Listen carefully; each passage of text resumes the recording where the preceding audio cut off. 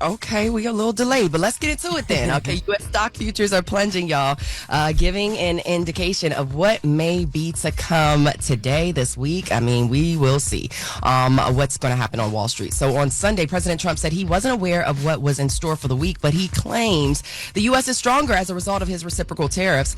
Let's take a listen to those comments from President Trump. Now, what's going to happen with the market, I can't tell you, but I can tell you our country has gotten a lot stronger. And eventually, it'll be a country like no other. It'll be the most dominant country economically in the world. So the president didn't hesitate to blame previous leaders for the reason why he felt the need to implement the tariffs. As for the market, the Dow Jones Industrial, S&P 500, and NASDAQ futures fell all roughly 4% on Sunday. The Dow saw back-to-back losses over 1,500 points for the first time last week, while the S&P took a 6% drop Friday, the worst since March of 2020, and which, by the way, was when the pandemic started. The market was slammed following continued concerns Trump has ignited a global trade war in regards to his new tariffs, and the president claims hundreds of billions of dollars are pouring into the U.S. monthly as a result of the tariffs. I'm not sure how that goes considering the tariffs just started last week, but yeah. So meanwhile, Secretary of State Marco Rubio, he's rejecting claims that the world's economies are crashing because of President Trump's sweeping tariffs. Speaking Friday at a NATO business meeting in Brussels, Rubio said markets are crashing because they rely on the stock values of companies tied to production methods that harm the U.S.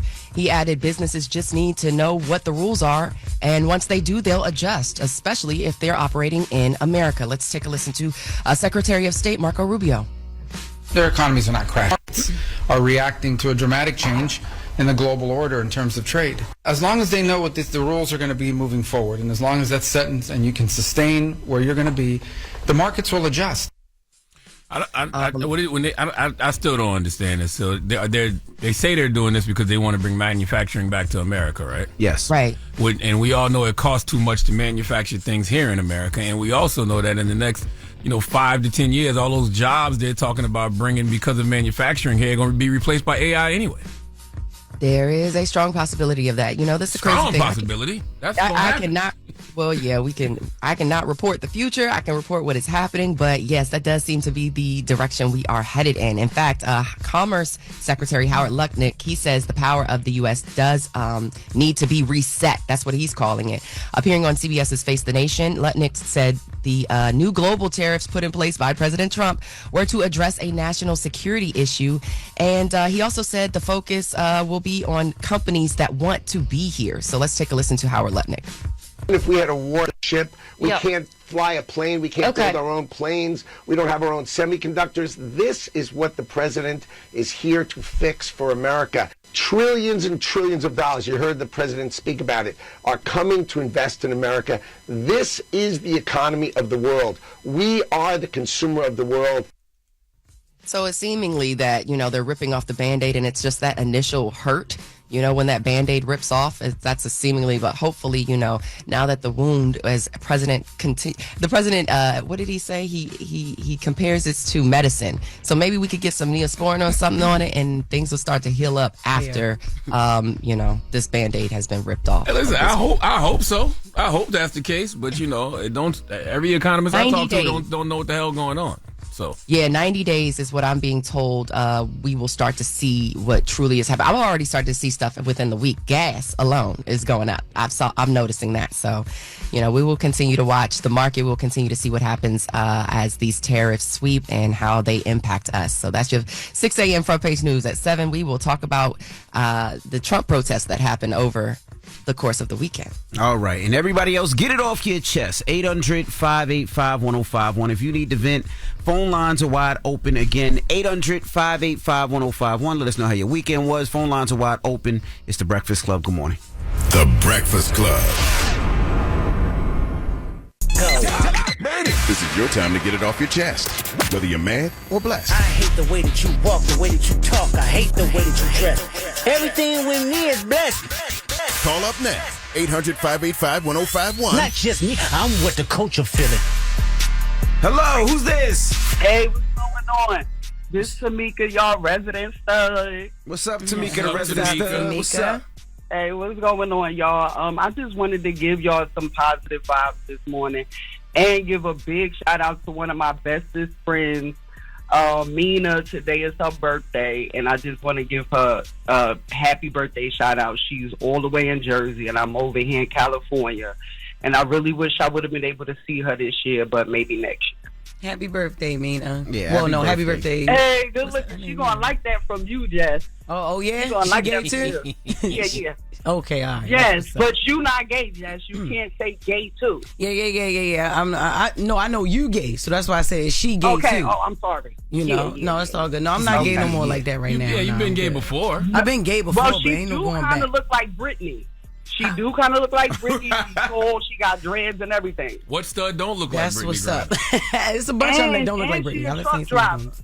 And she a truck Oh, driver. I know that's right. Why they keep coming for my man though? Like, She could have been Chris, child. I'm telling you.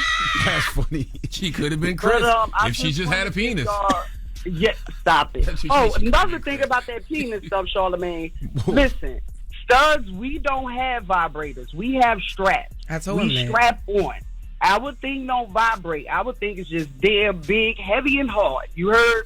Yeah, I've been seeing the woke studs now. They be taking the crystals that look like penises and putting them out in the full moon and letting them charge up. No. Don't I do never it. even heard of that. Exactly. He stay lying. Stay. But y'all have a good day. I love it's y'all. true. Thank you, Oh, Mika. It's true. I love y'all. Have a great day. Love you Yes, too. man. too. No, Alrighty. it's true. They be getting the crystals that are shaped like penises, and they put them out in the full moon. They let the moon charge them. Yo, shut and then they up. take Never. them and just sit them on their clitoris. He That's is what the a woke clown. ones do. No. And then they play Erykah Badu and Jill Scott. He a clown. That's Hello? in his mind. James, Yes, sir. happy birthday, brother. Hey, man, thank you, Charlamagne, man. God bless you, bro. That was envy. That was Envy? Oh, my bad, Envy. Yo, man, listen, it's early in the morning. It's All all left good. down here in Florida.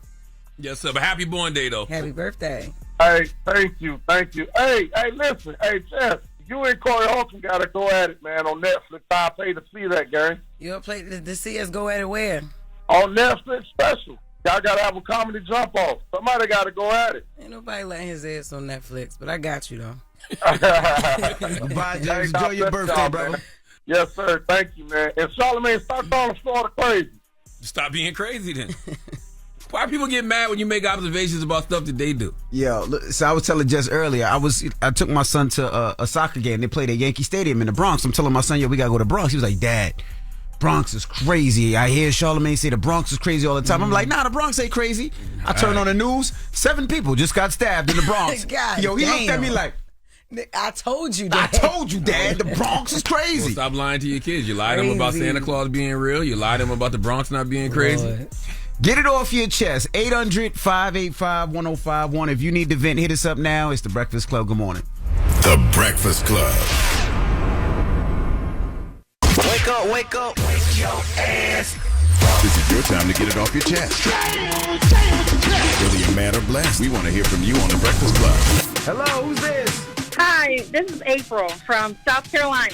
Hey, April. what part are you calling from, April? I am from Charleston, South Carolina. 843. What's happening? Yes, I'm a dental hygienist, and I have to speak out about what is getting me right now. Them stinky ass root canals. No, in Arizona, they just passed a law that dental assistants can clean teeth. And I personally would not want someone without a license touching my mouth Right. Ooh, okay. using sharp instruments. Yeah. The public needs to know the truth, and you need to protect your families. And I'm speaking up for all dental hygienists across the United States. Please ask for a licensed professional. Mm-hmm. Well, I appreciate So listen, that. if I'm going to the dentist today to get my teeth clean. But when you walk into the dentist, everybody in there is a licensed professional, right? No, not the people at the front desk. The dental assistants have a certificate. The dental hygienist has a dental license, just like a driver's license. The dentist has a license to Gotcha. do no harm to the public. The dental assistant does not have a license. In Arizona, without a license, they can use sharp instruments in your mouth. They just passed the law. Well, I'm glad I So live be in careful Arizona. out there. Yeah, no, absolutely. They said it's cheaper Be to get these careful. unlicensed people. Do no harm. Do no harm to the public. We Thank you so appreciate much. that public service announcement, man. You're welcome. You're welcome. Have a Be good safe day. out there. Have a good day. Yes, All right ma'am. now. Hello, who's this? Hello, this is Jamel Scott. Jamel, what's up? Get it Jamel? off your chest. What's up? How you doing? So, I got an opportunity to speak at SUNY Cortland, my alma mater. They asked me to speak to give the Kente award for one of my friends who passed away in 2014. And so I went up there, and the blessing was I was able to bring my children. I have 4 kids with my wife where I met up there and had my first child. And so to walk around the new campus, see the things where they spend all of our good tuition money on, the new building. So it was just a great, eye-open and refreshing weekend for myself and my family. That's amazing. That's what it is, brother. You gonna let your kids go there one day? So my oldest is 15. She went to Morgan last week on a college tour. My oldest sister, she said she going to Morgan. But my middle child said she going to keep on the legacy and go to Cortland. That's what it is, The brother. Breakfast Club. Congratulations to you, brother. Morning, everybody. It's DJ NV, Jess Hilarious, Charlamagne the Guy. We are the Breakfast Club. Let's get to the latest with Loren. Lauren becoming a straight fact. She gets them from somebody that knows somebody. She gets the details. I'm the homegirl that knows a little bit about everything. She be having the latest on this. The latest with Lauren LaRosa. Sometimes she have facts, sometimes she have details, sometimes she have a little bit of everything. Well, it's the latest. On the Breakfast Club. Talk to me. So, Terrence Howard appeared on the PBD podcast with Patrick Bet-David, and the episode, this premiered on April 4th. Mm-hmm. Definitely making the rounds because in this episode, Terrence Howard describes an interaction with Diddy where he says that he believes that Diddy was trying to have sex with him. Let's take a listen. Puffy invited me for weeks, asking me to come and wanted me to be his acting coach for a while. I'm like, okay, what's the material you want to work on? He's just looking at me. Then next thing you know, okay, hey, will you help me? I want to hear your music. So I come over there and I play the music. And he's sitting there just looking at me, like waiting. So then my assistant was like, he wants to hang out with you next week. And I was like, for what? He's like, I think he's trying to you. That's what my assistant said. And I was like, oh, okay. Now I get it. So now no more communication. Now you know to be hands-off with somebody. A number of producers come in to make the approach, and you threaten to punch them in the mouth, or threaten to knock their head off for talking to you or looking at you like you're a woman. Have lost businesses because I don't bend over in that way. I don't compromise. I don't play gay roles. I don't kiss a man. I don't do that because the man card means everything. I know that's right, Lucius. Diddy put his son in the trash can. Diddy said he wanted to make a movie with Terrence Howard called Hustle and Blow. You're a clown. I That's knew what that that was. was some gay type of gay slur. Yes. He was stupid. Yo said he was looking at him like, what material you want to work on? Diddy said, you. You the material. Diddy say, what they call you, a luscious lion? But that's his interpretation, right? Oh, yeah. He didn't make a pass. He didn't grab his ass. But what? He was looking at him. He's the assistant. Charlamagne looks at me. Oh, you know what? No, You're right. You're right. But if Touché. he tell you I want you to be my acting coach, right? And I get over there and I'm like, all right, what material we got? And you just looking at me like, are you already in some type of character or like what's going on? That is true, though. That is not a fair headline to say Diddy tried to sleep with Terrence Howard because he didn't try anything. It's just that the assistant said, I think you're trying to. Yeah. Because I would have said some stuff like that, too, if I saw you spending too much time with Diddy. Just to be funny. Diddy might have been high. Diddy could have been high. Just looking at Terrence Howard the whole time? Or maybe he just was enjoying the company. Terrence Howard I tried to complete this whole interview, but it was a lot that went over my head because they were talking. It was a lot. Got deep. Yes, but I can understand why you would just sit and listen and look at Terrence Howard. He has a lot to say. And it's just like a man, right? Like men like to be like, yeah, she wanted to give me some, but all the girl said was hi. You know what I'm saying? Don't play with Terrence like that. Don't do that. Well, so they also the conversation and what they led into this point was they were having a conversation about like just Hollywood and being on the creative side and why Terrence Howard decided to step away from different roles like Marvel and things like that. And he said that basically he does certain things to keep his integrity. That's how we got here. So we're going to go into the Marvel side of the conversation and him stepping away from certain projects next hour. But I did want to bring up, since we're talking about Diddy, over the weekend also news came out that Cassie, we knew there had been reports that she was going to testify, but now there's been more information released. Cassie is going to testify. It's confirmed, and she will not testify anonymous. Now there are, I think there's two other victims, victim 2 and 3, but Cassie was always listed as victim 1. and the other victims have asked to remain anonymous. Is this from the video? Yeah. So the video is a piece of it, but he's not being charged with anything in relation to the video. She had other claims as well too. So the statement here is victim 1 is prepared to testify under her own name during the upcoming trial, where Diddy will defend himself against charges of racketeering, conspiracy, sex trafficking, and transportation to engage in prostitution. Now that's a big deal, especially because even if we can't see into the court video wise, there will be reporters in there, and that means that everything that she says, it's going to be under her name, not victim 1. So it's just going to pick up way bigger. Right. But I think it's just going to make a difference because now at this point the video has been discussed so much, and then that coupled with her other claims of like things that Diddy allegedly made her do, seeing her name being put on it, I think that emotionally is going to that can sway. That's going to be a hard hit for him. And then also because he paid her.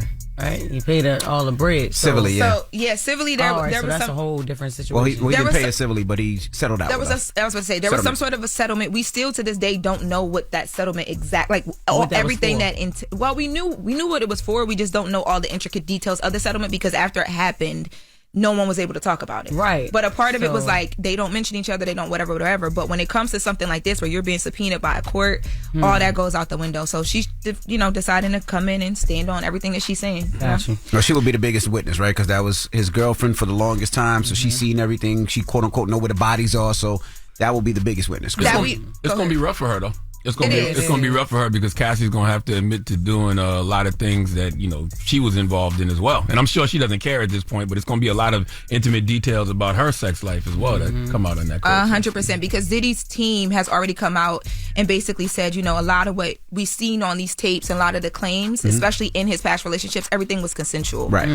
So yeah, it's gonna be hard for her, and people are definitely gonna have a lot to say. And the other victims have chose to keep their names anonymous for that reason. They don't want people coming for them. Yeah. Now switching gears here, something that was could have been super super bad but turned into a positive. Over the weekend there was a video that went viral of Wallo. Wallo's been up here, of course, motivational speaker, $1 million worth of game, and he is on a bridge with a police officer and a man who was attempting to jump off of this bridge.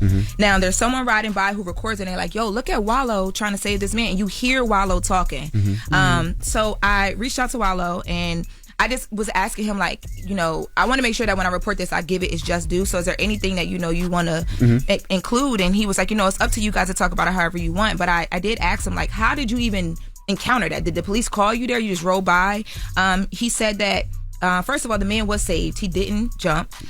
He said it was a 2-hour process talking the man back off of this bridge, and that the man asked Wallo to call his family. So Wallo called his family. They came, and then together they all got him down. Once the family came, they took over everything. It was like right place, right time type of thing. And I'm like, man, like, Wallo, do you understand? You like a walking angel. Yeah. Where was this? Somewhere in Pennsylvania, somewhere in Philly. I'm not for sure. Okay. Wow. Dropping the clues bombs for Wallo. Definitely. Absolutely. Great human. Yeah. The fact that the guy didn't jump. Right. Exactly. Now, in other news, Gayle King was on CBS this morning, and ain't she going to space? She is going to space, and people talking about everything but that. Damn. For real. So she was on CBS this morning and she did a sit-down interview. Now, in the sit-down interview, she's like laughing and joking with the person that they're speaking with. And he had made a joke. I'll get context on the joke when we come back. I want you guys to hear what she repeated. People are dragging her because of what she repeated. She used a gay slur. Let's take a listen. No, can I just say one joke? I hope I don't get in trouble. All right, Gil. Careful. Wait a minute. You do a riff about white women who approached you, and they said something about cooking, and you said, what in the are you talking about? I thought that was What's the word? Yeah, what's the word? Don't say the word. Tell me. What it start with? F. And the big one? Huh? The big John? The big joint? Yeah. Well, who she thought she was? The one that rhymed with Maggie? Yes. No way. Oh, okay. No way. On TV? Live on CBS Mornings, live on television. No. What's the problem with her quoting what the comedian said, though? That's a quote. Because, I mean, there's certain things that dropping a clue bomb for Gayle King. That's the same thing that happened to me. I quoted somebody and they all jumped on me. I was quoting something that somebody said a couple years ago, and I got in trouble for it. By the way, Gayle King going to space in a few days, and that's what all y'all can talk about? That's what I'm saying. And Trump said that we could say it again. No, he did not that say we could say it. That We wasn't can't real. say it. That wasn't real. Yeah, that was not real. Oh my goodness. But yeah, I know CBS Mornings comes on at 7 a.m. So we are locked in. Do and not we're recording apologize, to Gail. see if she apologizes. She probably will. People were really upset about it. For what? She was quoting somebody. Be upset at the comedian who said it. They should be upset at the comedian, but you can't quote that. Mateo's gay. Mateo, yes, Mateo Lane. That's my guy. But Mateo's gay. He's gay, and he can say it. And he laughed when Gail responded. I mean, when Gail repeated it. But Gail is not a gay man. She's quoting what he said. That is true, but you can't go there. That's like a white person going to say, and I heard this say, nigga, you can't do that. Y'all know Gail not homophobic. We know that, but you know there's words you can't say. She shouldn't be fired. She's going to apologize this morning and say, my bad. That's what it is. I don't know for a fact if she's going to apologize. I just assume she's going to. Yes. So we're preparing and recording, and we'll be back with the next hour in case she does. But I got the transcript. You want to repeat the joke? You ain't talk about Gail going to space not one time on this radio, but you come in here talking all that negative energy about her saying the You gonna repeat the joke? You are messy. Are you gonna repeat the joke? No. Okay, well then why do you want her to I repeat would the quote joke? it though. If I was reading it, I would probably quote it. You would not on live yes, TV. I would, Charlamagne, just for the chaos. Exactly. You sit up here talking about why are you talking about. But by the way, I'm sure Gail King is quoted worse, is what I'm saying. And the gays probably not even mad. And not for nothing, I would love to know the context of it because we only played a little 2 seconds of it. Like, how were they talking? She said he disrespectful and this is what he said. No. What was the full context? It was a joke that she says it in the audio. It was a joke that he had about how white women turn, like, when they get lit, like when they get drunk, how they turn into basically like kind of like almost like gay men. And she repeats a line from his joke, and she said, "I hope I'm not going to get in trouble for this." Oh wow! Like she was repeating the joke, but people were like, "You shouldn't have repeated the joke." Shut up. So we'll see at 7 a.m. And yes, she is going to space. Yeah, she's going to space. Yeah, that's secondary to the silly ass slur. Certain jokes you just don't repeat. Exactly, and Charlamagne know he wouldn't repeat it either. I bet you the maddest people are straight though. It's never the people that's supposed to be offended. That's right. Yeah, that's true. Crazy. All right. Now when we come back, we got. And by the way, it was the way he said it. She didn't just say the word. Yeah. It had a re at the end. So it was like magatry. That's the joke. Yes. So she quoted the whole. It wasn't just that one slur. We played the audio. Did you not hear it? It was bleeped. Yeah, right. So what she described was the art of being gay as man. The art. It was. So you saying Mateo magatry? used a specific word. Yes, he said magatry. Yes. So that's why she. That's what I said. You need the full context. She didn't say you maggot. Oh, I forget that y'all don't just. It was what in the magatry are you And that's what I said. You need the full context. I saw it unbleeped and I read about it. I forgot y'all don't just like be like just watching all of that. Like, so I knew the full word. And I thought we were going to add leave the tree at the end so y'all could at least hear that part. That's what we were going to do. That's why it had to be quoted, people. Why? All right. Front page news next is The Breakfast Club. Good morning. You're checking out The Breakfast Club. Morning, everybody. It's DJ NV Jess Hilarious, Charlamagne the Guy. We are The Breakfast Club. Let's get back to some front page news. Now, we got to congratulate the UConn Huskies. They won the NCAA Women's Basketball Championship yesterday. They beat South Carolina 82-59. They beat my Cox, man. Mm-hmm. And they did.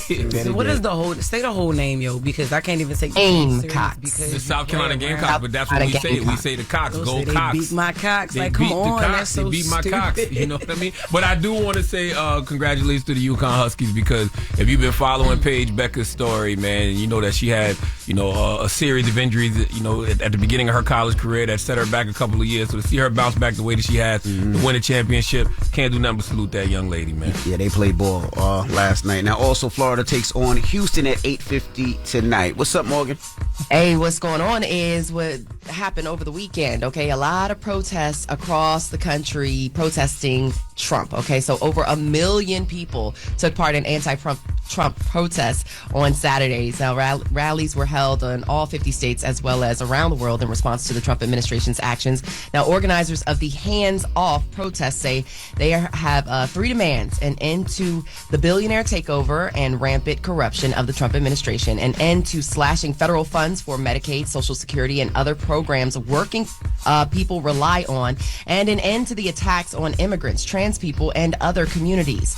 Reverend William Barber II, who is an infamous reverend, was among those early on in speaking on the program. Let's take a listen to his comments. When Trump and Musk and Johnson and their minions are signing unconstitutional executive orders, unconstitutionally firing people, trying to pass an unjust budget, when they are doing this, we must say, take your hands off of our democracy. You know, Texas Congressman Al Green was also in attendance. He had some plans to impeach Trump. The Texas Democrats spoke at the anti-Trump rally in D.C. this weekend, telling protesters that Trump doesn't deserve to be president. Me and Al Green have already had this conversation when he was on the Breakfast Club. When he was here on the Breakfast Club. Such a waste of time. They've already impeached Trump twice. It's done nothing. Like, what does impeachment really mean? Cause nothing. It's just paperwork because they never leave office. It's not like they leave. It is a paperwork thing. So Green added that Trump can't be trusted with liberty and justice for all, nor can he be entrusted with government of the people, by the people, and for the people. So thousands of people, again, like, as I mentioned, gathered in D.C., and then there were similar rallies held across major cities, including New York, Boston, Chicago, and L.A. Well, speaking of L.A., in case you missed it, that California, the former vice president that we used to have out of California, Kamala Harris, she spoke last Thursday at the Leading Women Defined Summit in Dana Point, California. She said a lot has changed in the past few months since she was defeated at the ballot box by President Donald Trump. But in many ways, some of it is not coming as much of a surprise to her. So let's take a listen to former Vice President Kamala Harris. You know, there were many things that we knew would happen. Many things. I'm not here to say I told you so. She said, I'm not here to say I told you so. She said progress and policies that ultimately led to progress have been rolled back, which we are seeing, and a sense of fear has washed over so many in the country. And she said, as a result, we are seeing people stay quiet. We are seeing organizations stay quiet. We are seeing those who are capitulating to clearly unconstitutional threats. And in the end, Harris stressed that the whole world is watching and noted courage is contagious. So as you're saying, what you're saying, too, Charlamagne. I want to say to the VP, I have no problem with her saying I told you so, because that's what politics is, letting people know what your opponent is doing wrong. And if I told you what was going to happen, maybe you'll listen to me next time. Well, she said, I didn't come to say I told you so, but you know how that goes. Mm-hmm. You actually saying I told you so. Let's take a listen to former President Obama's audio. He had some audio surfacing or video surfacing on social media that basically was like, you know, what would have happened if he would have done this? So let's listen to Obama. Imagine if I had done any of this. Let me I just want to be clear about this. Imagine if I had pulled Fox News' credentials from the White House press corps. You're laughing, but no, this is what's happening. Imagine if I'd said to law firms that were representing parties that were upset with policies my administration had initiated, that you will not be allowed into government buildings. Yeah, so this is real, guys. In case you guys missed it, I'm not sure who all listens and whatnot or follows me, but that's the truth, you know. My White House press credential has essentially been revoked, and it is true. I'm not sure how or why. I can't gain access to the White House like I used to. But they just pulled it from you? No reason why? Yes, it was like I was just not on the list, not receiving emails, and I've been trying to, you know, I can't even get in. Because you work for the Black Information Network. I know. The Black Information Network. You can say it's the Black Information Network if you want to, and it is. But you know, it's not like he's loving on y'all either. So there's that too. Damn. So I'm just saying. But that is probably why though. I mean, especially when you look at Pete Hegseth and you look at all of the books that he just removed from the the military library, if I'm not mistaken, and all of those books are Black books about sexuality. They're also talking about rolling back initiatives at the Smithsonian, calling like the National African American Museum of History and Culture, saying that that's anti-American and anti-ideology of America. So it's just kind of crazy. I just want you guys to pay attention to what's going on. Make sure you get straight. You know what I mean? Like get right. Get right with whoever your maker is, and get right and make sure you are in good standing as a citizen. Period. And I want to say one more thing about Obama. I understand what Obama was trying to say, but he should have made it really personal and said, can you imagine if me as a black man had done anything Trump has done? Because when he made it about Democrats, actually, that's what we've been trying to imagine.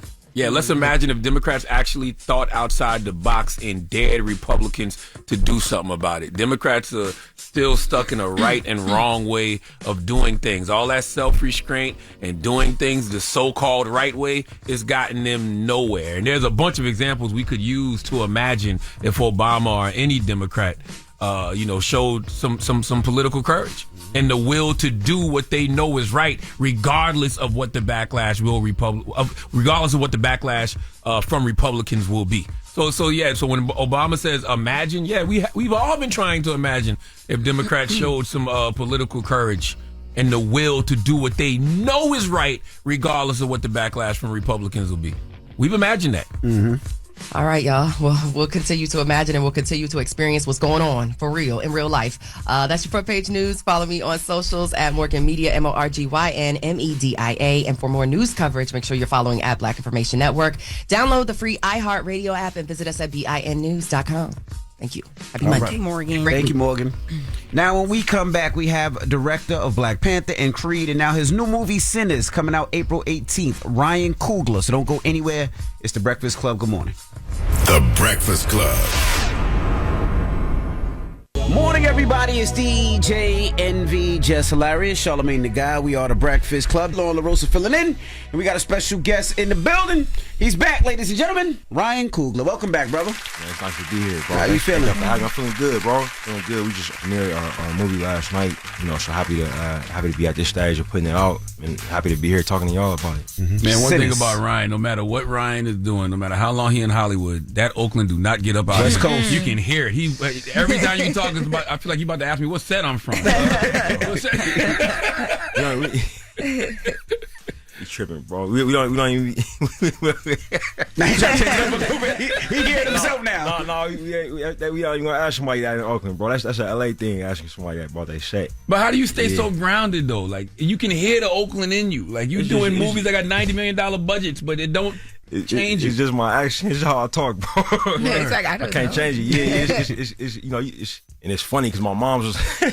It's actually funny because my mom remember when my accent started to change because I started hanging out. She was like, "Hey man, you talking like them? You know what I'm saying? You talking like them? Outside? You know what I'm saying? It's gonna get stuck like that." Yeah. She just said. And it got stuck like that. Yeah. So my whole life I gotta end up having to explain it. You know what I'm saying? But yeah, bro, it's just how I talk. Right. So I can't talk no different. Now, I was gonna say you mentioned Sinners. So explain to people what Sinners is about. I'm sure they've seen the commercial, they've seen the trailers, but what is Sinners about? Yeah, man. It's about two twin brothers who come home to their hometown in Clarksville, Mississippi after about 7 years in Chicago. And they kind of, they basically gangsters, you know what I mean? And very notorious. And they come home and pick up their little cousin who's this blues prodigy. And they got plans of opening up a juke joint, which is like a black nightclub at that time. And so it's a 24-hour movie. They gather up all their friends from their past who, to start this business. And then, a vampire ends up showing up, and then things go a little left. How difficult was it directing one actor for two different roles? Because Michael B. Jordan played the twin brother. Man, it was. I guess I wouldn't want to talk about it like in terms of degree of difficulty, right? But it was definitely complicated. You know what I'm saying? Like, but I got a great team, bro. I got great producers, fantastic visual effects department, and we just came up with a plan on how to do it. I actually talked to a few filmmakers who had done things like it. I was in conversation with Chris Nolan, who's a mentor of mine, and he did a similar thing. He actually did a couple movies that had like kind of twinning elements. He did a movie called The Prestige. Spoiler alert, it's a twin element in that. And then he also did a movie called Tenet that came out right at the start of the pandemic with John David Washington. And because you got characters going back and forth in time, like you got scenes with John David Washington fighting himself. So I talked to him a little bit. I was talking to him about just the format that we shot the film in. And we talked a little bit of twin era too, but it was another filmmaker I know named Sean Durkin who came up the Sundance route. He had just done a television series called Dead Ringers. It's a remake of a David Cronenberg film, but it starred Rachel Weisz as twin gynecologists. You know what I'm saying? That identical twin gynecologist played by one actor. And I got on the phone with him for about, we probably talked for about an hour on how they made that work. And he ran it down to me, kind of blow by blow at things I should be thinking about. And I'll be forever grateful to Sean. I actually need to reach out to him. But yeah, like it's a lot. It's very, very technical, but it's actually the hardest on mic. I'm there with the camera and trying to work it out. And some days it's more complicated than others. I don't know if y'all had a chance to see the film yet.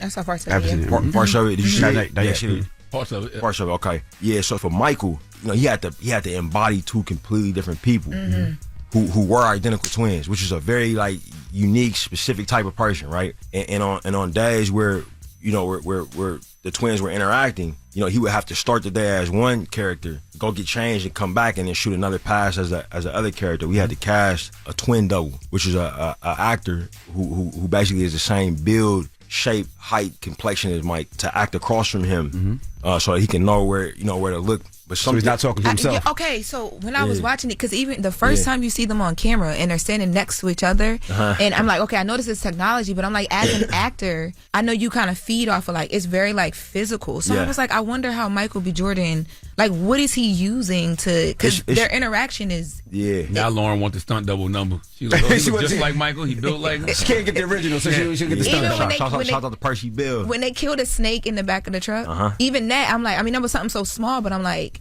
you got to know where your people are to know. You know what I'm saying? I'm like, how did they do that? I mean, look, a lot of work, man. You feel me? Like we did a lot of work, but real talk, highest degree of difficulty was on Mike. Acting is an insanely difficult thing to do. You know what I'm saying? To be able to embody another human being, and in this case, he had to embody two of them that had an interdependent relationship on each other, right? So we had to make sure that Percy could act, but also Mike had to know what he was gonna do, because Percy is not Mike. You know what I'm saying? So he had to kind of we had to kind of walk through. All right, well, what would he do when he smoke? All right, what would he do when he stack?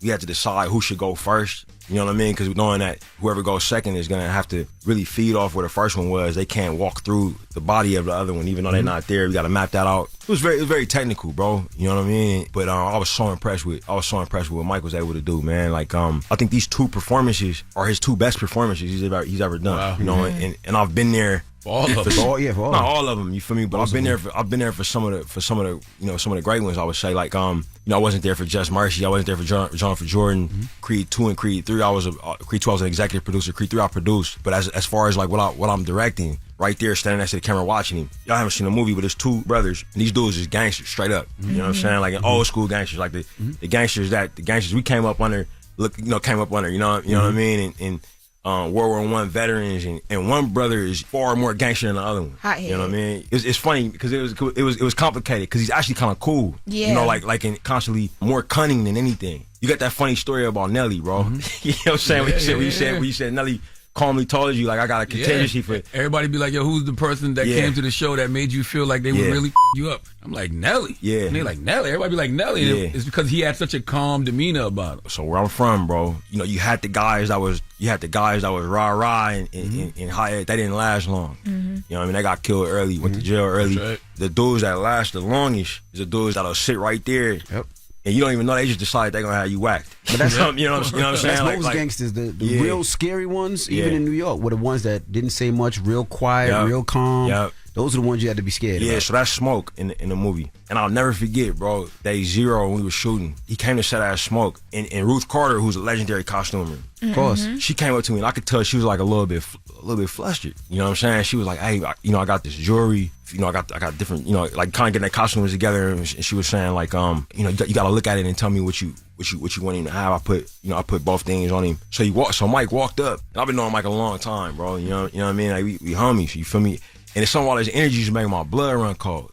You know what I mean? So I asked him the question that she wanted. It was something about a bracelet, if he wanted a bracelet or something or not. And I said, hey, bro, do you want the bracelet on this arm for Smoke or this arm? And he said, I'm indifferent. But he said it in this deep Southern accent. You know what I'm saying? And I looked at him and I was like, oh, character. He completely he's completely somebody else. You know what I'm saying? And he had a 1,000-yard stare. You feel me? And I was like, oh man, we gotta get to work. I put him right in the car and started shooting. I don't even know if I took the bracelet off or not. You know what I mean? Yeah. All right, we got more with Ryan Coogler when we come back. Don't move. It's the Breakfast Club. Good morning. Morning, everybody. It's DJ Envy, Jess Hilarious, Charlamagne the Guy. We are the Breakfast Club. Loren Roques is here as well.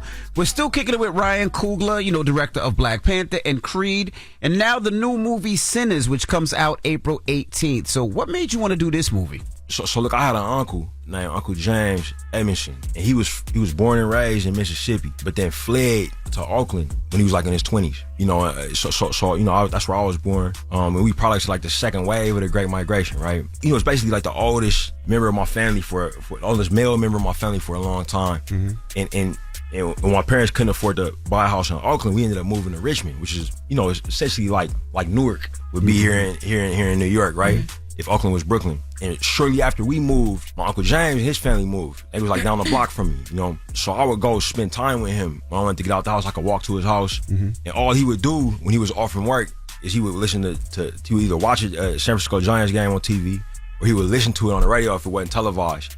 To drink Old Taylor whiskey and play blues records on vinyl. You know what I'm saying? And I came to associate that music with him. I didn't think about the music. You know, for me it was you know what I'm saying, it was rap and R&B, right?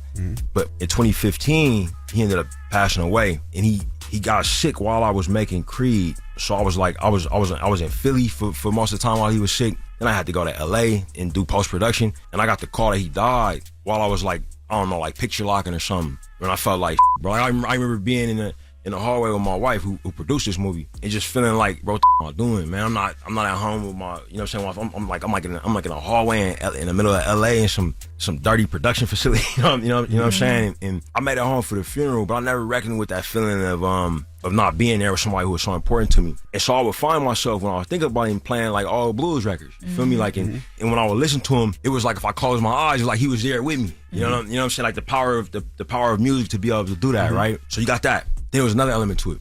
So I've been making films based on other things, basically my whole career, right? Like my first feature film was Fruitville, and that was based on a real thing that happened. You know what I'm saying? Where I'm from, right?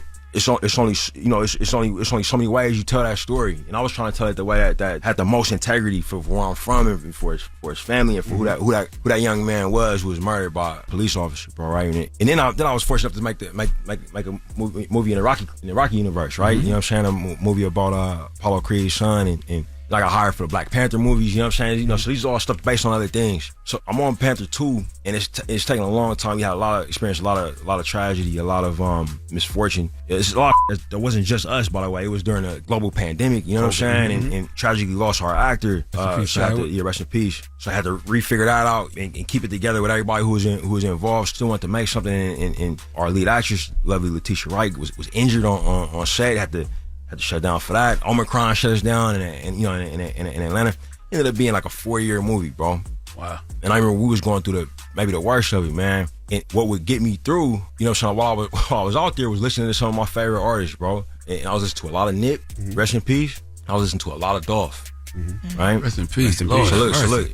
But when I was listening to Dolph, bro, it wasn't rest in peace yet, bro. It wasn't rest in peace yet. And I'll never forget, bro. I think it was November 17th, 2021. I'm in Byron, Georgia, and I see my first cotton field, bro, I've ever seen in my life. Wow. We riding, and I saw it. I told the driver, "Hey man, pull over." You know what I'm saying? Bounced out. I had never seen one before. You know what I mean? Driver white? Nah, hell no. I'm just making sure because he probably was like, "Yes, finally." I'm trying to get them back here for the Nah, hell no, bro. Shouts out to Craig, man. Black man from Craig from New York. Yeah, Craig from New York. Okay. Yeah, black man from New York. But we was in, you know, working out in Atlanta, right? Like, everybody was making their movies then. But I'm in Byron, I bounce out, bro. And I literally like went into the field just to see it, bro. I was having like a crazy ass, you know what I'm saying, moment. Like, what that felt like? Keep it 100, bro. I can describe it, bro, because I felt guilty. I felt like, you know, I've been on this show, bro, talking about going to Africa and how I wanted to get tapped in with my ancestors, but them was my ancestors 400 years removed. This was my ancestors 100 years removed. I hadn't been there, hadn't seen it. So it was like an overwhelming sense of guilt more than anything, right? I took some, and I believe that day when I heard he was murdered, Dolph. Wow. I had never met this dude. I had never met Nip. You know what I'm saying? But I felt like I knew him. You know what I'm saying? Like from the music, and I remember being like, man, this, because you gotta keep in mind, I was in the Bay, bro, going to football practice with my homies when we heard Pac died, and we would see Pac. You know what I'm saying? Like, it shut our whole football practice down. Like, the mamas was crying, the coaches was crying, and I'm like, bro, as a fan of this music, bro, it's been a lifetime in this, bro. Like being in Philly on Creed and hearing that the Jacker, rest in peace, got killed. You know what I'm saying? Or that Keith the Sneak got shot in the back, he paralyzed now. Like, I'm like, you know, my homies that came up and was rapping, y'all never heard of. You feel me? That. And I'm like, bro, I can't listen to this music right now, bro. I gotta take a break. You feel me? And I remember venting to my producer, who was from Central California. He from Clovis, black man, but from a different culture there. I say, bro, what kind of music is there, bro, where the artist talks about how to navigate where they from, how to escape all the demons they dealing with, man. They succeed, get to their 30s, and still fall victim to this, bro. What music exists like this? I was saying it like, he looked at me, he's a smart dude, Nate Moore. He looked at me, bro, in a real empathetic way, considered it. He was like, man, my favorite music like that. I said, what music is that? He said, man, grunge music. I said, huh? He said, yeah, man. He's like, we just lost Chris Cornell, bro. He was in his 50s. Yeah, they overdose a lot. Yeah, he's like, all their music is about struggling with, struggling with their demons, depression, and trying to kick dope, you know what I mean? And they end up, they get all the money in the world, still end up dying in hotel rooms. I said, damn. And what's crazy is, in the Bay, our biggest radio station, 106.1 KMEL, and the only rock song that ever played on that station, bro, coming up was Nirvana, which smelled like Teen Spirit. So I was like, man, let me dig into this grunge music, bro. I'm gonna take a break from, from rap. I'm gonna listen to some grunge. And I started listening to it, bro. And I was like, man, this sound like what my uncle used to play. Like I was listening to the I was jazz listening he to used to play? No, the blues. Oh, the blues. Okay. Like it's literally like I'm listening to it. I'm listening to the guitar riffs and like what they talking about and like the passion they sing with and I'm like, that's odd. Man, I dug into the research, man, and that's exactly what it is. You know what I'm saying?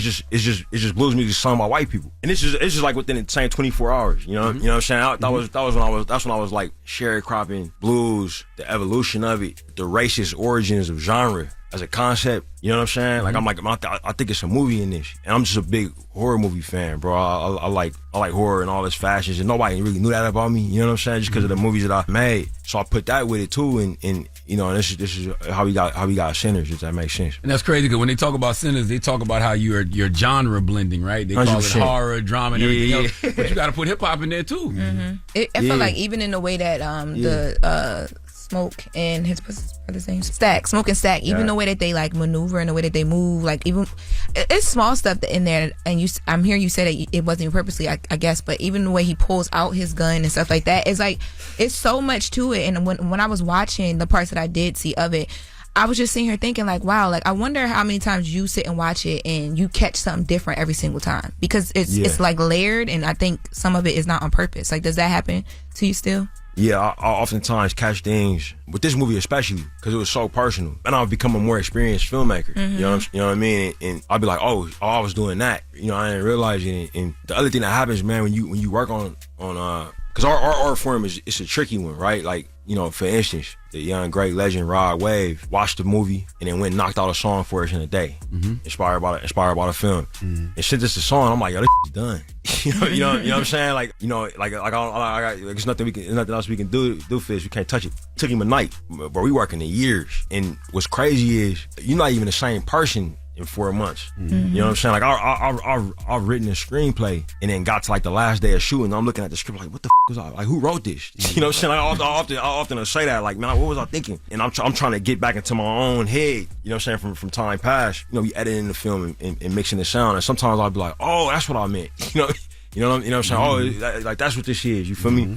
But yeah, I still see things, man, and this wasn't based on anything like direct. So you pull from yourself. All right, we got more with Ryan Coogler when we come back. Don't move. It's the Breakfast Club. Good morning. Morning, everybody. It's DJ NV, Jess Hilarious, Charlamagne the Guy. We are the Breakfast Club. Loren is hanging out with us as well. We're still kicking it with Ryan Coogler. Charlamagne? Different energy brings different things out of people. What did Chadwick Boseman bring out of you that Michael B. Jordan doesn't? It's a fantastic question. Bro, I'm doing this press tour because out of all of my actors, Chad's death actually hit Mike the hardest. I never had to talk about that, but we were doing press together now. And look, man, Chad was older than us, bro. He was quite a bit older than us. Even though he looked like he was the same age, he was not. You know what I'm saying? I was a fully baked man from the South. You know what I'm saying? Like, he was an old school man's man. Compared to that dude, when we worked together, bro, me and Mike was kids. You know what I'm saying? And what Chad taught me, bro, I mean, he changed my life, bro. You know what I'm saying? But he was the kind of teacher you never knew you was getting a lesson when he taught. You know what I'm saying? It was all by example. What he gave me and Michael was patience. He moved at an old school pace, and he took his time. He was always early. You know what I'm saying? He was that type of dude, bro. You know what I'm saying? And I don't think Mike would be it. Look, man, I told him and Mike will tell you this. I told him, man, I said, hey, bro, what would Chad do? You know what I'm saying? In this role, if he had this role, what would he do? Because Chad never broke accent. You know what I'm saying? He was talking in an African accent, bro. You putting meeting for dinner at 9 o'clock. I remember the Disney executives came and seen us on Panther like week 2, and he pulled up, and it was Charlie's accent. Like, man, what's going on? They was freaked out. And I was like, don't be freaked out. He working, man. That's how he don't turn it off till he rap. You know what I'm saying? And no shame or embarrassment in that. But that's how he was moving. You know what I'm saying? And for Mike to see that up close, to have to do scenes across from that, and then for me to be able to say that to him.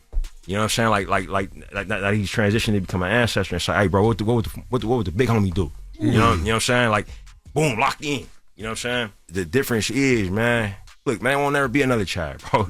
You feel me? Like wow. So that's the difference. It's like asking somebody, hey bro, what was it like to suit up across from Mike Jordan? You know what I'm saying? Like, it made you a better hooper, I bet. You know, and that's what it was. You know what I mean? Oh, you gotta come back, right? There's so much we gotta discuss.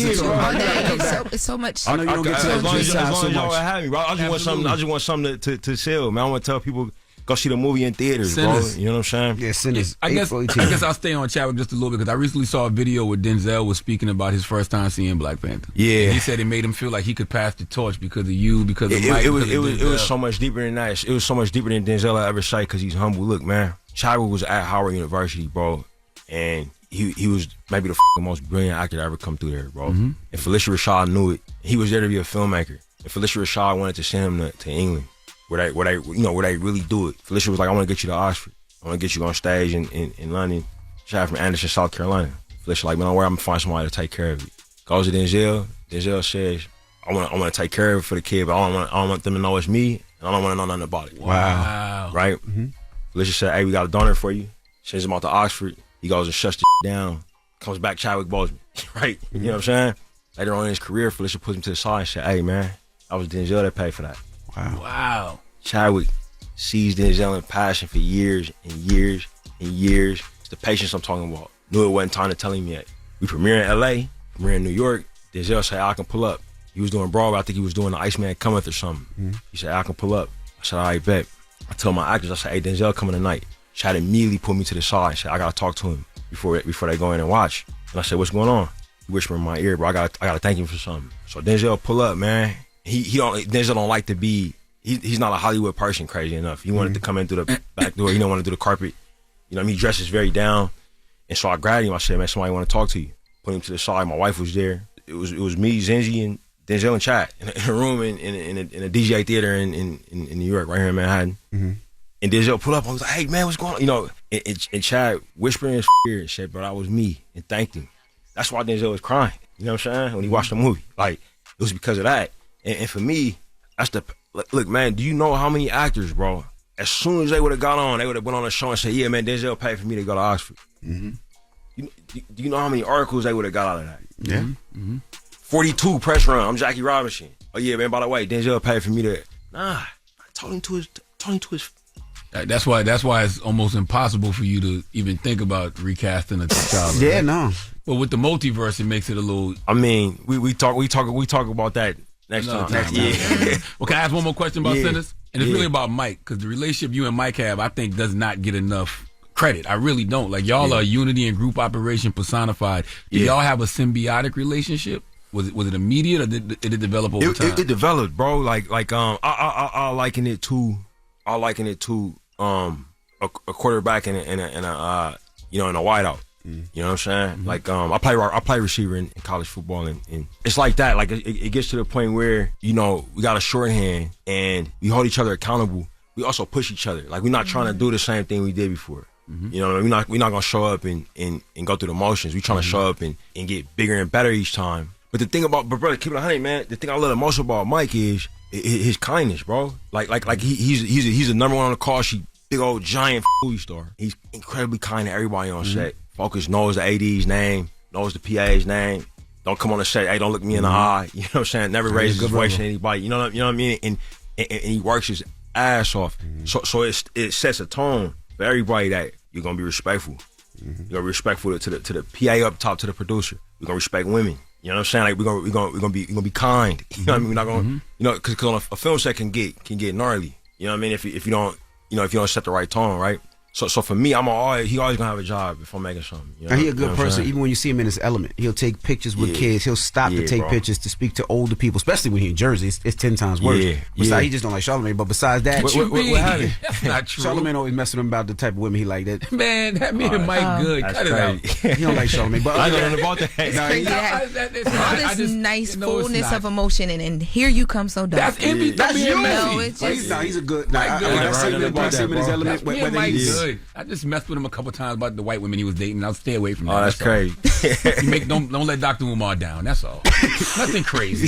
Nothing crazy. But nah, he's a good individual. One last thing. I promise you one last thing. How do you accept an apology from Denzel Washington? Because he said he apologized to you. Like you that's the OG. Like, do you even accept? Like, nah, do you even get mad at him? Yeah. No, man. Nah, man. I'm blessed to have him in my life, bro. Mm-hmm. Like straight up, man. Through having him, I get Pauletta. He was a bigger blessing. Yeah, man. He ain't no apology, bro. Him saying that we gonna work together. Apologize for that. Yeah. It's crazy. That's what I'm saying. That's when he called you. He was just like he was more than anything. He was like, hey, bro, did I say too much? Like it wasn't. You know, hey, I say too much, man. I ain't mean to make it hard. I'm like, nah, you good, Denzel. I was just happy to hear from you, man. Right. He FaceTime me in the whole hype, but it's just I'm blessed, bro, to be able to have these mentors, bro. Like I feel like God looks after me, bro. When I lose one, I gain one. Mm-hmm. You know what I'm saying? And you know, I started off talking about this losing my uncle, right? Mm-hmm. You know what I'm saying? And I'm the oldest of 3 brothers.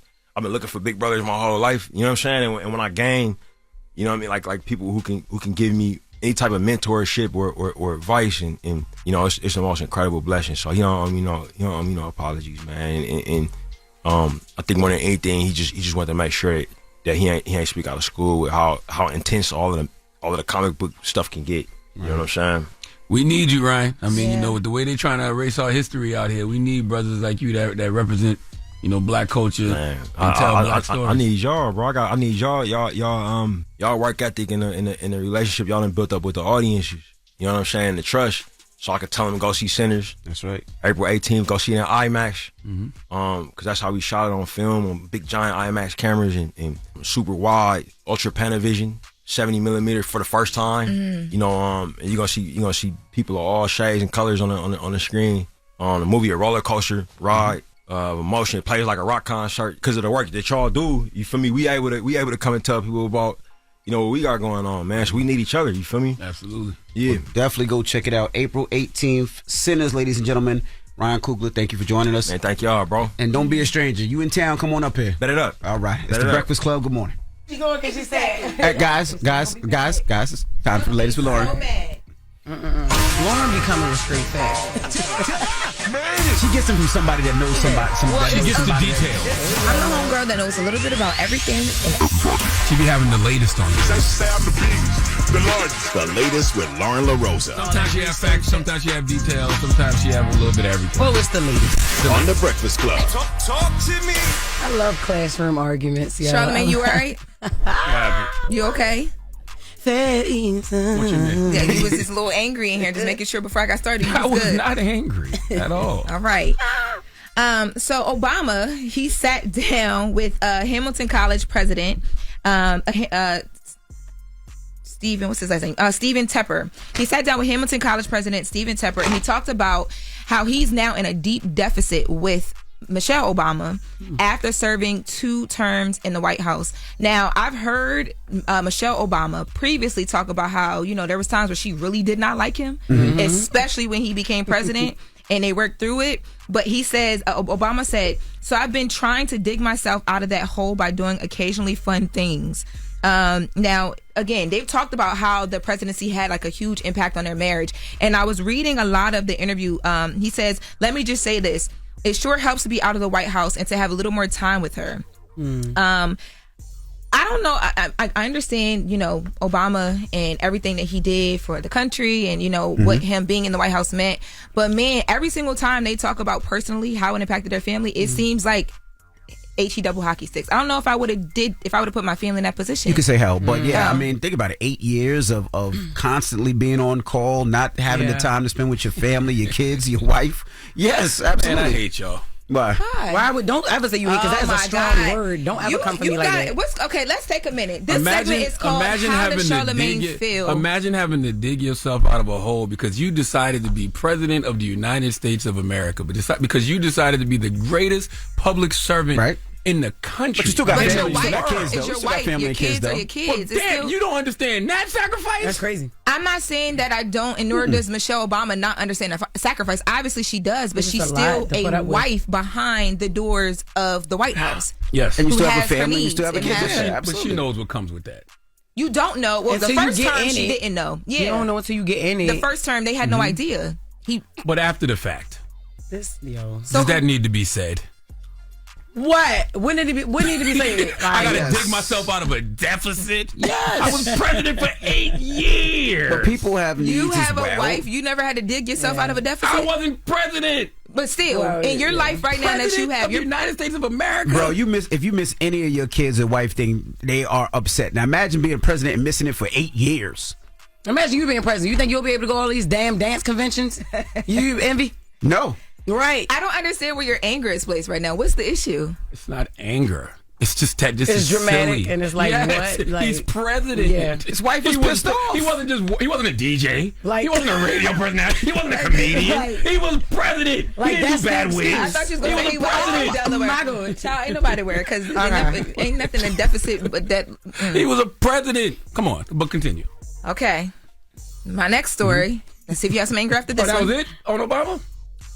What else would you like me to talk about? Well, look, let me just say this. I was going to get into. Go ahead. Michelle Obama been aging backwards. She have been looking younger and more like glowy or whatever. So she definitely happy to have her husband back. And she got her podcast now, and she sits down and she talks about a lot of this stuff. I was going to go into other outlets talking about all the times we haven't seen them together publicly, and he's coming out and saying he's been doing things to make her happy and spending more time with her. People are hinting at the fact that there may be some issues, but I was going to leave that alone because you said that I'm messy and I always focus on the negative. But since you want to go there. That was messy. That is messy. Oh, okay. You have anything else?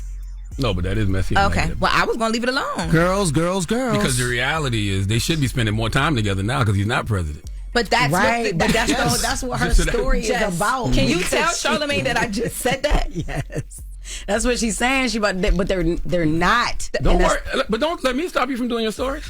No. You're not stopping me. But I just need a translator because I don't know what's happening on that side of the room. So what you trying to say? There's trouble in paradise?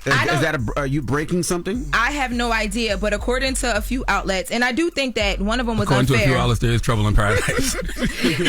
What are you alluding to? Just say what you want to say. Stop what are you alluding to?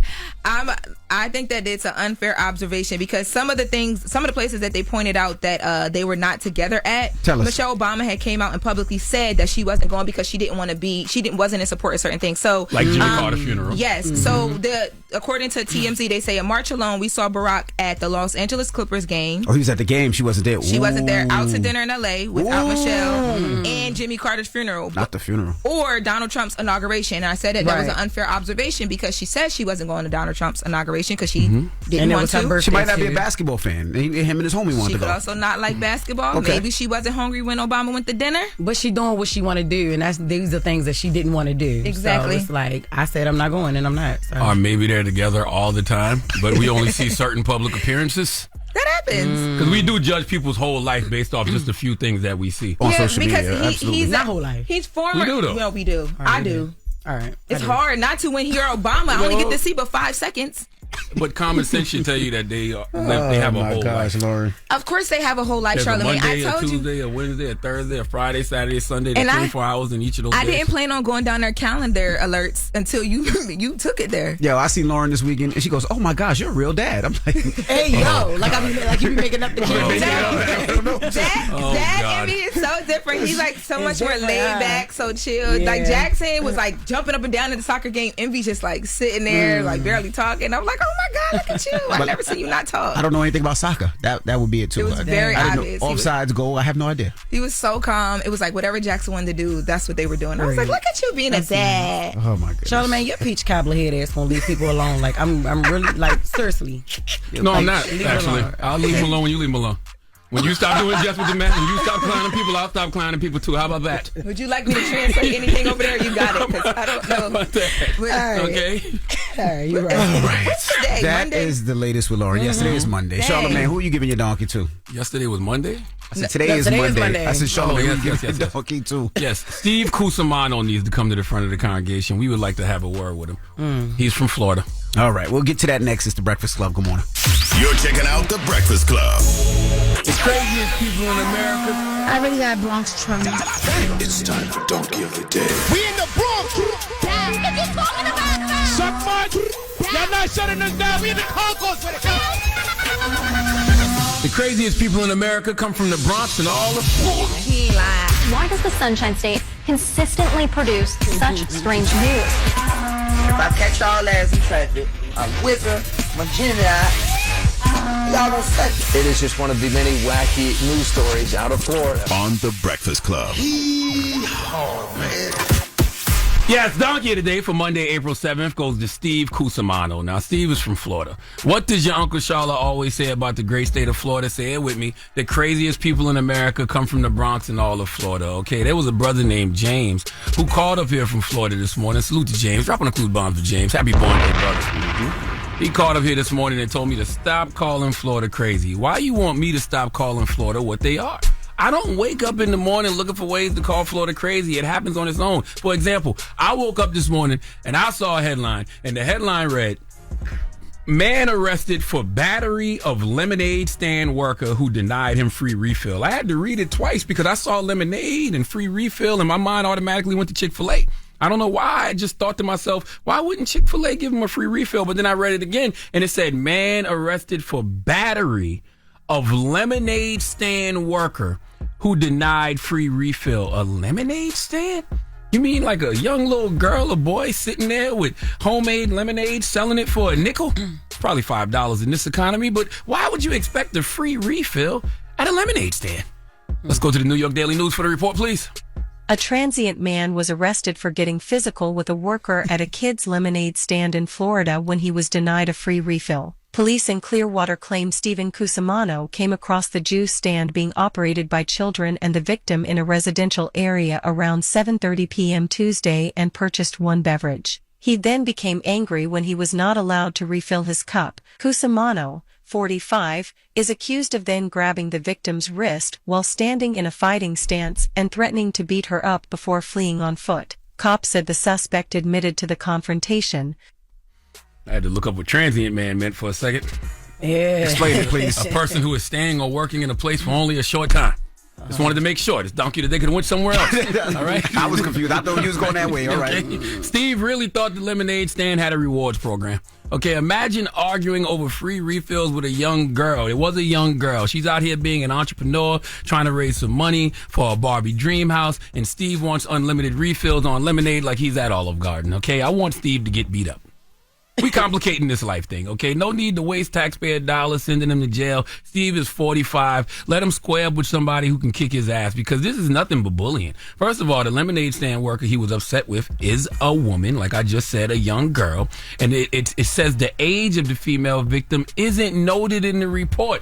But if it's a lemonade stand, I'm going to just assume the little girl is young. Steve, you a 45-year-old grown man. Get your hands off that girl and squabble up with somebody your own size. Okay, what's crazy is we live in a world where Steve might get with some other people who didn't get a free refill and file a class action lawsuit on behalf of 45-year-old losers everywhere.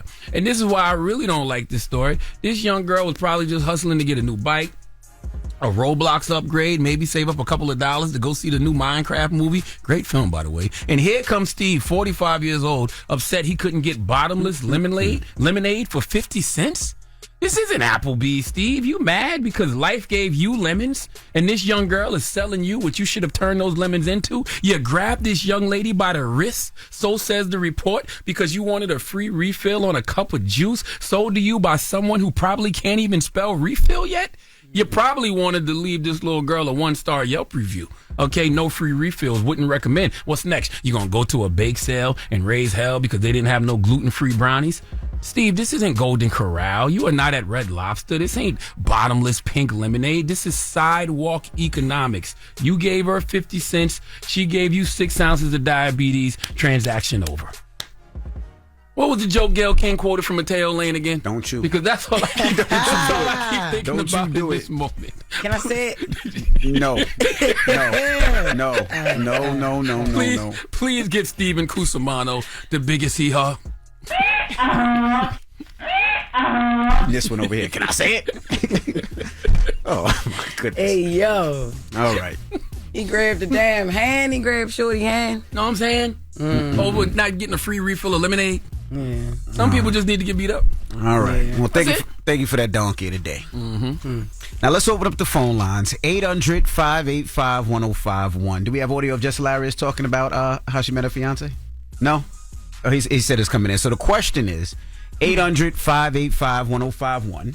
Both Jess Hilarious and our producer Taylor, they said that they made the first move when it came to talking to their men. Oh shit! What'd you say? Hola. Period. No, I didn't, because I didn't know he was Spanish yet. Oh, okay. So shut up. So the question is 800-585-1051. Ladies, do you have an issue with shooting your shot at someone you're into? Or are you old-fashioned, be like, I'm not shooting my shot if he ain't hollering at me first? We have the audio? Let's play the audio. I met him February 23rd, 2023. I was just finishing up a co-hosting day at Breakfast Club. This was a year before I got the position. And I met him, and he's a truck driver, so he was on a stop. And I went to a restaurant, and I'm flirting with him and everything, and he wasn't really paying me no mind. So I'm like... Did he know who you were? Yeah, he did. But he thought that... Like, he was like, I don't want to be a part of no roast battle. Like, I don't even... That's the thing. People are intimidated. Guys are intimidated by me because they feel like, you know... You gonna try to clown him. That's right. And so he just was like, oh, God, this girl, nah. So I'm drinking and everything, and then we talking. I'm still picking with him. I made him laugh, and that's when he cracked. And then... he started engaging more, and I didn't realize how drunk I was until I got up and went to the bathroom. I was like, damn, I'm drunk. I got to get out of here. So on my way back to the seat, he's like, hey, before I leave, I wanted to know if I could take you out. Would you let me take you out? And I was like, oh, now you want to know. And I'm all drunk. And period. I love it. So the question, now you got a baby. Yeah. You engaged. 1051. Yes, That's right. Yes. Where Taylor at? I want Taylor to tell her story. Let's make all the single ladies up here feel bad this morning. Taylor, you come tell your story after the break. I had no idea Taylor big time. She can come now. We got about 60 seconds. She coming fast. She pregnant. She better run. She all right. She better run. So Taylor's gonna come in here out of breath. There she go. Big Taylor. So if you're just joining us, we're asking ladies, do you have an issue with shooting your shot at someone you're into? Taylor, you did the same. You shot your shot? Yeah, I did. Okay. But we were at my friend's little function. I mean, I ain't gonna breath. Okay. She's 6 months pregnant. But me and him were looking at each other, and then I just went up to him and was like, "So what's up? How are you?" And then he started talking. I think I asked him a random question, I asked him, all right, so a zombie breakout. So what we doing? Classic Taylor. A zombie breakout. What we doing? You asked him that? But then we started talking about it. It was just a fun conversation, an icebreaker. Okay. And you was high, I'm sure. Absolutely. Yeah, if you asked about a zombie breakout, you definitely was high. Come on now. Be very clear, I say this when I'm sober. So then after that, we talked for 4 hours. Near the waterfront, if no one knows Dumbo, Brooklyn. Yeah. And look at you now. Look at her pregnant. Yo, you know it's real love when you ask about a zombie breakout and he don't run the other way and he's into it. He thought it was funny. That's love. I swear, I'd have called you a clown. But I love it. Jess and Taylor out here shooting shots, scoring. Okay. Meanwhile, y'all out here sitting back in the cut, being patient. Okay. Praying. Lauren's still waiting. She ain't shooting her shot. She's still waiting. Right. But 800 missing all types of blessings. 1051. Ladies, do you have an issue with shooting your shot? Let's discuss. It's the Breakfast Club. Good morning. The Breakfast Club. Steady calling my phone. Made it. It's topic time.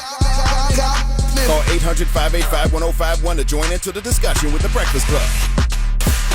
Morning, everybody. It's DJ NV, Jess Hilarious, Charlamagne the Guy. We are the Breakfast Club. If you're just joining us, we'll open up the phone lines, 800-585-1051. Jess Hilarious and our female producer, Taylor, we were talking about how she met their men, and they both said that they made the first move. So we're asking 800-585-1051. Ladies, do you have an issue with shooting your shot at someone you're into? Now, we have a bunch of people on the line. Hello, who's this? Hi, I'm Tiara from Broward County. Hey, Tiara. Good morning. Hi, Charlamagne. Hi, everybody. Hi, DJ Envy. Good Hi, morning. Jess Hilarious. Hey, Hi, girl. girl. How are you? Good. Now, do you have a problem with shooting your shot? Oh, of course not. I always shoot my shot. Like, I think it builds up confidence. I've always, any guy that I find attractive, I definitely don't have a problem with shooting my shot. But I've learned over the years with shooting my shot, it doesn't be as successful in the dating realm as I want it to be. But, yeah, I have no problem with shooting my shot. Now, the obvious question is, what do you look like, man? Oh, stop it. Because you don't sound like your field goal percentage is too high. First of all. Well, I am 5'7". I'm light-skinned. I have my own hair. I am a teacher. How much you weigh? I have to note that you said your height without your weight. Usually the weight follows the height, ma'am. Oh, I'm 180, so I'm kind of thick. Okay, 5'7", 180. 5'7", 180. That's not bad. It's medium. Yes. She medium. I'm 185 and I'm 6 foot. Oh. Yeah, so we about to say, hey, you Okay. About 5 inches off. But you are currently single right now, though. Yes, currently single and currently dating. I'm just out here trying to have fun. How old are you? I just turned 35 on the 31st of March. Okay. You got some time to keep shooting. Well, good luck, mama. Yes, I am very hopeful. I am a hopeless romantic. So But just know, everybody not LeBron. So I don't know how good you're going to be performing at 40. I don't need no LeBron. As long as he's trustworthy, he's No. not a cheater. No. I know you ain't going to find no LeBron. What I said was everybody ain't LeBron. So, you 35, everybody ain't going to be scoring high at 40 is all I'm saying. Well, you're right about that. That's why they got online dating. Yes, ma'am. Good luck, mama. Thank you for calling. Jesus Christ. Hello, who's this? Tia from Queens. Hey, Tia from Queens. What part of Queens? Loren. Laurelton. All right, north side. So we're asking, you said you don't like to shoot your shot. No, I'm too afraid. You don't sound like you got the confidence to shoot your shot. I mean, in all actuality, I've done it, especially when I'm on the Patron. Like, I'll approach someone. But when I'm sober, it's so scary to me, like the thought of being rejected. And then I never want to talk to someone, and they're like, oh, I just spoke to you because, I was just being nice. Damn. Now, Charlamagne, you could ask the same question you asked the lady before. I can kind of hear it. Listen, you from Queens?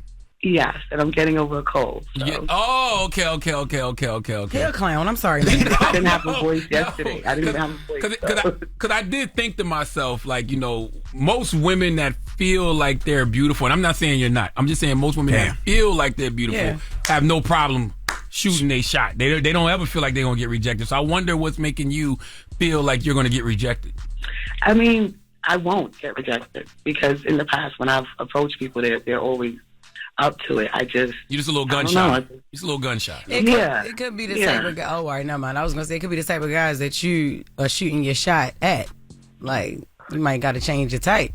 Yeah. So you know what? In the past, I shot my shot at a guy, and then I felt like he turned out to be totally crazy, and I was like, I'm never doing that again. I get it now. Yeah. So you traumatized. All right. Yeah. All right. Thank you, Tasia. I'll tell you. Thank you. Tia. I'm sorry, Tia. Have a good one. It's okay. You too. Bye. 800-585-1051. If you're just joining us, we open up the phone lines. Jess Hilarious, of course, and our female producer, Taylor, said that they made their first move when it came to their guys. So we're asking, ladies, do you have an issue with shooting your shot at someone? Call us up right now. It's The Breakfast Club. Good morning. If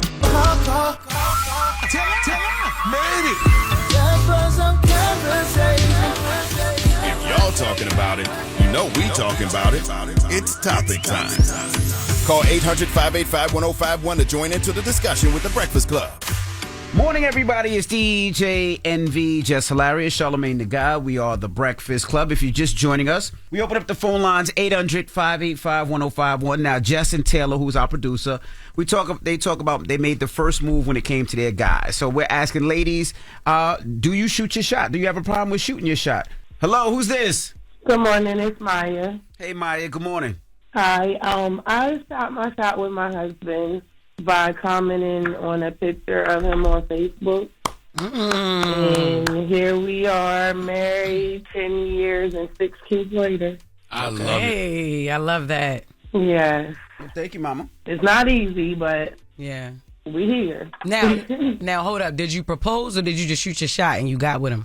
Oh, hell no. Okay, Ain't there we nobody go. proposing to no man. Yeah, because I'm with you. I shoot my shot to get with you, but I'm not proposing to you. Yes. Gotcha. That ain't cute.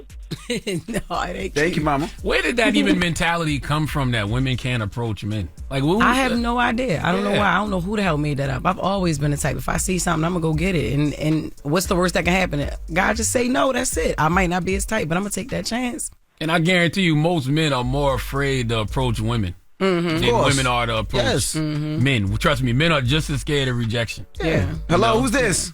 Hey, good morning, y'all. This is Suge. How you guys doing this morning? Hey, Suge. Oh, yeah, you shoot your shot, don't you? Suge shoots her shot. So listen, y'all. I feel like this. I'm going to flirt, and I'm going to let him, whatever it is that piqued my interest from the start, I'm going to give him a compliment on that. But if he's not picking up what I'm putting down, I'm moving on. I got you. I feel you. So you're not scared to shoot your shot? But that's still shooting your shot. Flirting and shooting your shot. It is. Still shooting. Not necessarily so, because I am a very reserved person. I'm not going to say too much. I kind of leave it up to the guy because I feel like they should be the leader. You know what I'm saying? But again, like if he's smelling good, looking good, something that's going to really pull my eye, I'm going to slide by him. I'm like, you smell real good. You know, something that's complimentary to get his attention. But again, nobody wants to be rejected. So if he might just be in a place, he's just chilling and don't want to be bothered. So I'm a discernment person. If I pick up on that, I got to slide. Well, shoot. Chris ain't want to be bothered, and I kept bothering him. And then look. Yeah, all right. You sure he wasn't playing hard to get, though? He probably could have been, but by that time I was so drunk, I gave up. And when I gave up and came back, then that's when he was like, I want to take you out. I'm like, yeah, I bet you do. Yeah, you start paying him some attention. Yeah, just a little bit. I was going hard. That's then, it. yeah. Okay. He ain't let me leave that restaurant until we got this number. Smart man. Now, question: why It the was fuck a you pleasure shook? talking with you guys this morning. I wish you guys the longevity that God sends. Y'all have a blessed day. Wait. Why they call you very shook? much. Thank you. We received that. Because I'm sweet.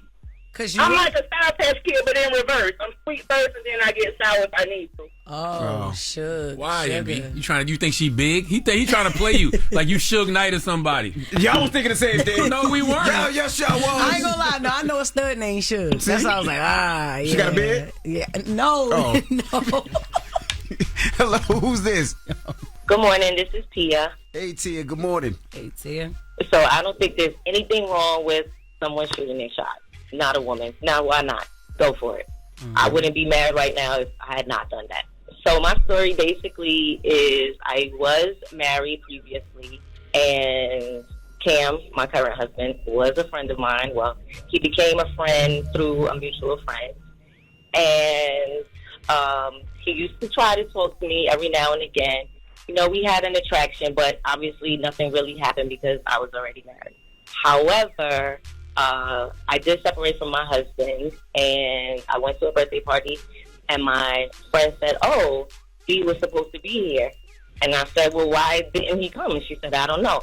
So I got his number from her while we were at the party, and I called him, and I said, how come you didn't come to this fight party? He said, I didn't know you were going to be there. I said, well, I'm here. What's up? Pull up. And he came, and he was all the way out on Long Island, and we were in the Bronx.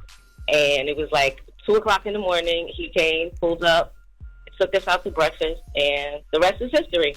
And we're married now. We've been married for 3 years, and I couldn't ask for a better spouse. I love this, Period. And this is a great example of closed mouths don't get fed. That's right. There you go. Well, thank you, Tia.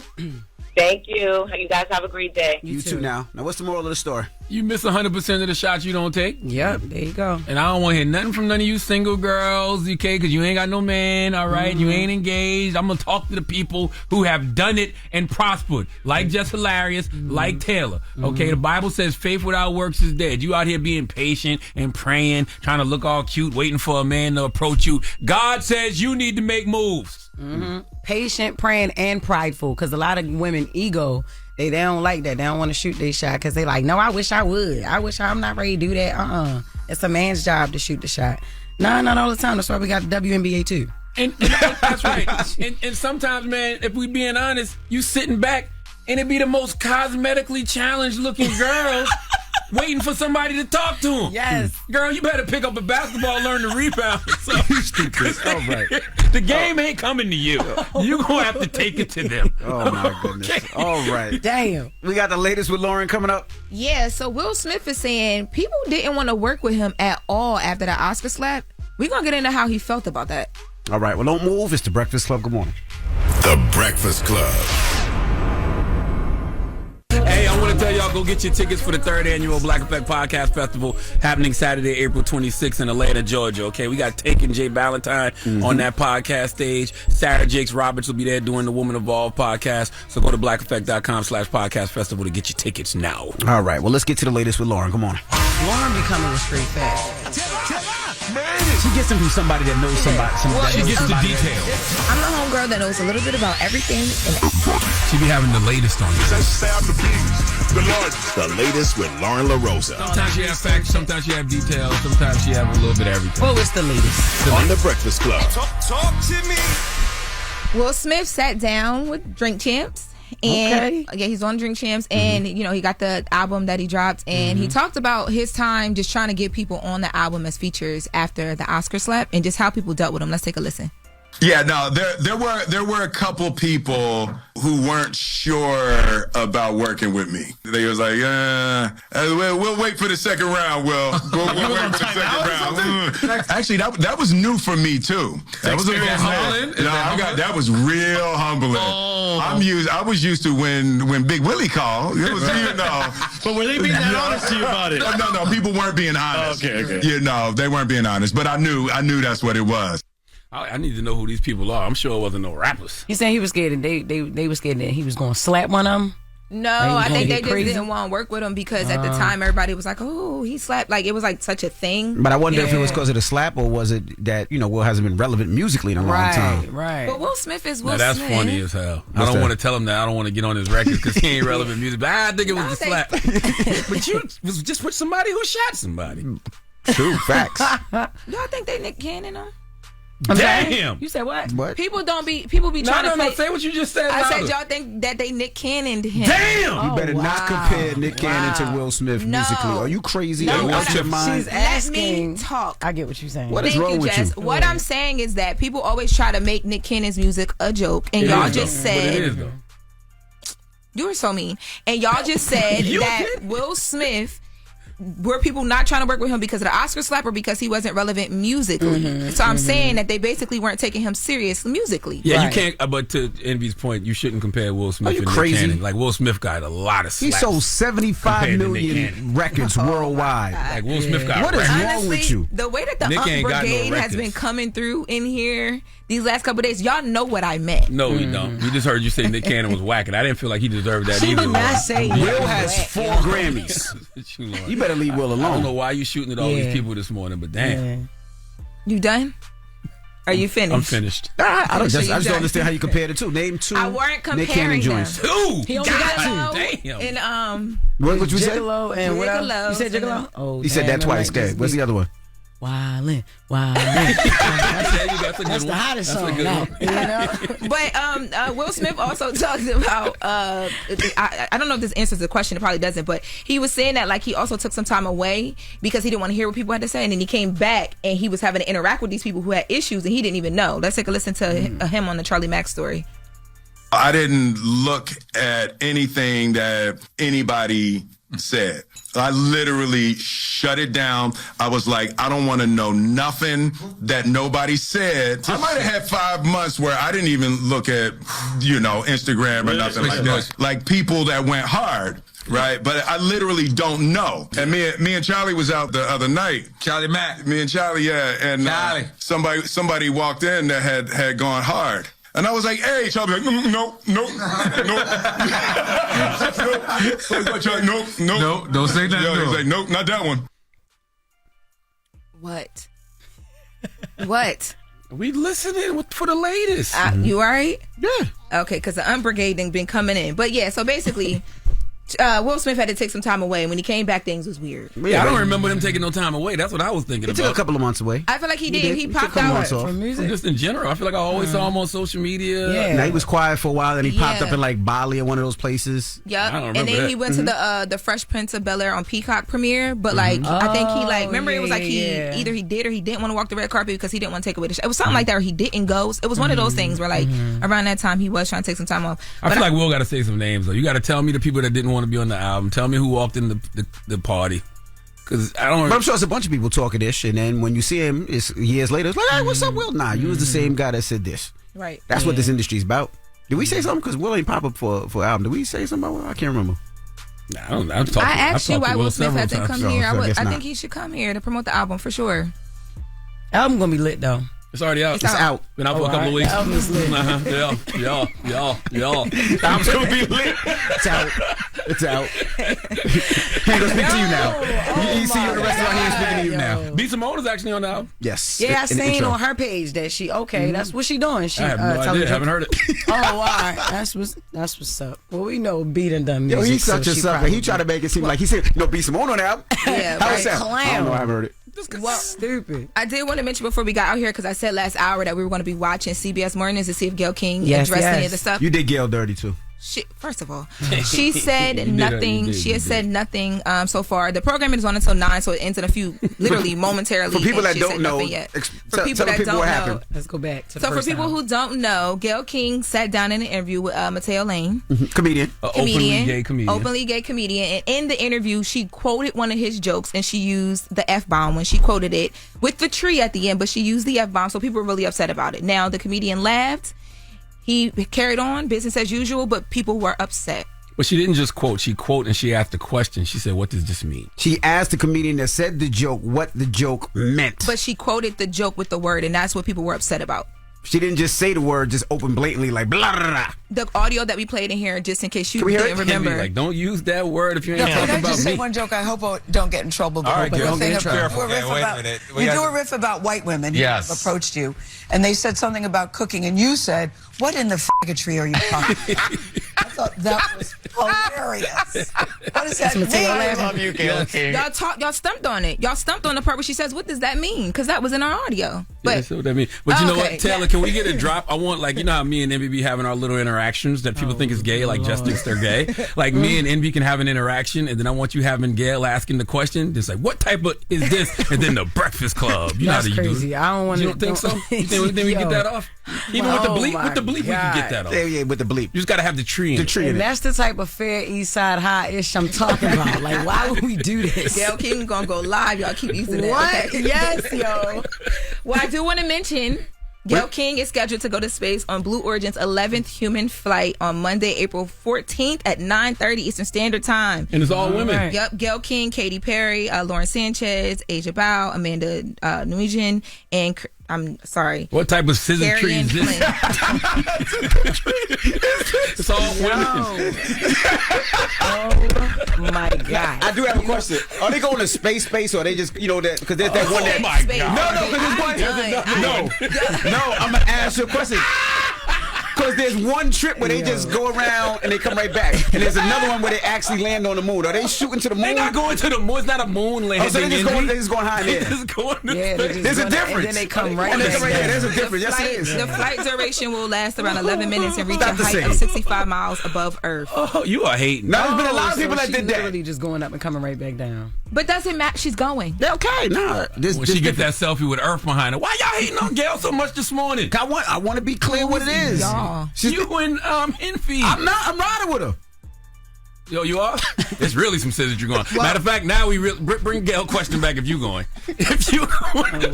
God, Take Gayle question. I do want to. I want to mention. If you going, I got a question. Okay. Yo. Come on, yo. Before we wrap, I want to mention I want to do a Wendy Williams update here, an exclusive update on everything that's been happening about whether she took this test, didn't take the test, and what that means in relation to the A&E lawsuit and everything. But I don't have time, so if you guys listen to the latest with Lauren LaRosa, the podcast tomorrow morning, Good plug, Lauren. Tuesday, April 8th. I will have that exclusive there. I have a conversation scheduled in a little bit where I'll have some details, and we'll get to that on the podcast and then bring it back here in the room potentially. So take a listen. Happy birthday, Jackie Chan. How you get this? Because it's his birthday. I was like, what segue was that? We have to. Yeah, Jackie Chan, happy birthday. Our Asian brethren, yo. We got to say happy birthday. All right, that's the latest with Loren. I hate y'all. The Breakfast Club. Good morning. I'm out. You're checking out The Breakfast Club. Morning, everybody. It's DJ NV, Jess Hilarious, Charlamagne the Guy. We are The Breakfast Club. We got a salute to Ryan Coogler for joining us this morning. Man, salute to the good brother Ryan Coogler. Make sure you get ready to watch Sinners. It comes out on April 18th. Yes, that's right. You know, but him and Michael B. Jordan are making the rounds right now, promoting it.